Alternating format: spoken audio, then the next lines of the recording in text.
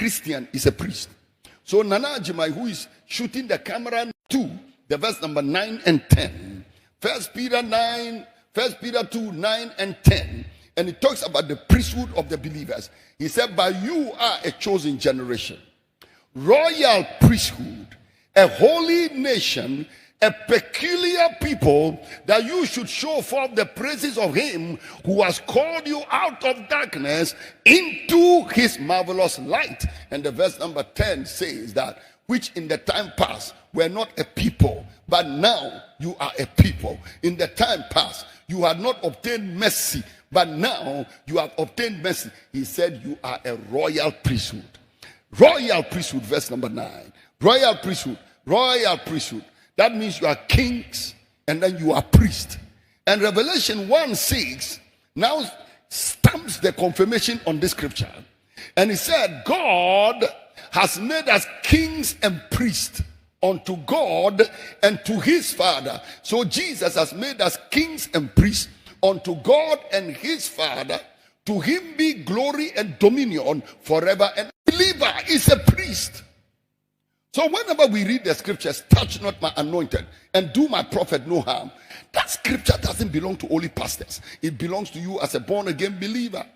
It belongs to you as a born-again believer. Because when the Bible said he brought them through the wilderness, and then he said, touch not my anointed and do my prophet no harm, God was referring to the believers who were from the land of Egypt and they were going into the promised land. He said they moved from nation to nation and from kingdom to kingdom. And God rebuked kings for their sakes. And he said, touch not my anointed and do my prophet no harm. And he was referring to the 4.5 million Jews who were threading their way through the wilderness, meandering their way through the wilderness in order to locate the Red Sea. To locate the promised land. And I know by now you should be getting excited that God has blessed you. God has touched your life.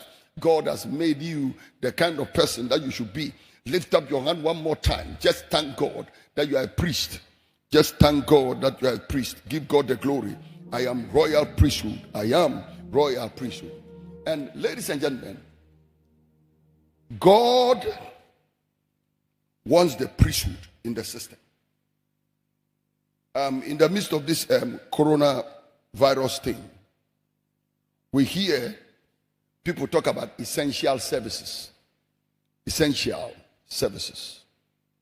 And I'll tell you, one of the essential services we need in the world is the office of the pastor. The priests acted as shepherds of God's people.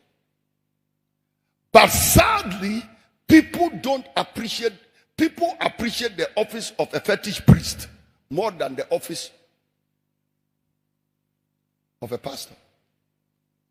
In fact, if you go to my village right now, the people that are unbelievers, they hold their fetish priest more highly than many people who hold the office of their own pastor or their priest or their catechist. But the office of the pastor is a very important office. The office of the believer is a very important office. The Bible said we are the salt of the earth. And it said we are the light of the world. That is the believers. When you read Jeremiah chapter number 3 and the verse number 15, God said, and I will give you pastors according to my heart, who will feed you with knowledge and understanding. Now stay here. They will feed you with knowledge and understanding. Now, so this means that just as if you don't have farmers, you cannot have food. If you don't have farmers, you cannot have food. If you don't have farmers who can farm rice, you will not get rice. And if you don't have restaurants who can give people food, they will farm the rice, but you cannot have the rice to eat. My wife is doing essential service because she gives me food to eat.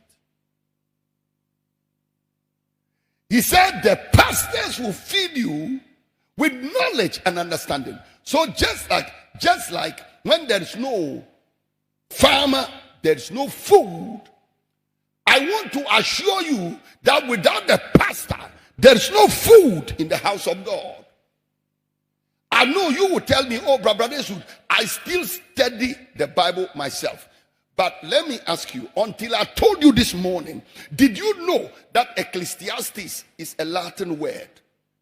Did you know that the word Ecclesiastes means a preacher and a speaker in a public assembly? And did you know that Ecclesiastes, the Latin one, was taken from the Greek Ecclesiastes? And did you know that that one also came from Koheleth in the Hebrew? You didn't know.